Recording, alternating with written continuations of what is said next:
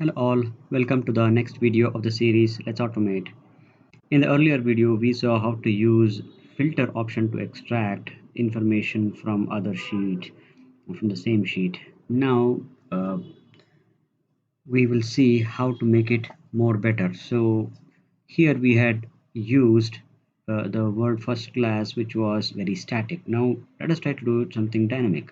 So what I will do is I will select a separate cell here, and then in order to go to data and then data validation, let's add rule. I'm going to create a drop down.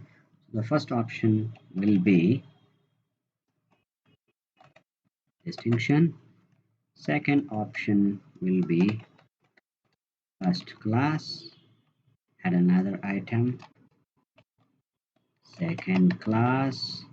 Add another item. Fail. So let's do this. So if I'm going to drop down, I can see all these 4 items. Now I want to make this more dynamic. So what I'll do, I'll go to the first formula. So rather than this, I will delete it and then I'll point it to this cell and hit enter. So I'm going to click first class, I'm going to get the data.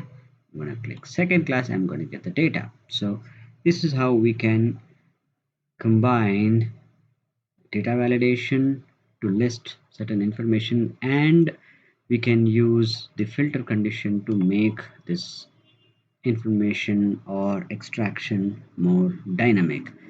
We can also have different worksheets for different class. Say for example, if we have a lot of data in the sheet 2 and it is very difficult to visualize them, or we want an easier way to do that, you can create one sheet in, say, sheet 3 for first class, sheet 4 for distinction, sheet 5 for second class as such, and we can use just the static rule as we did earlier, or we can use this way of selecting more dynamic filtering.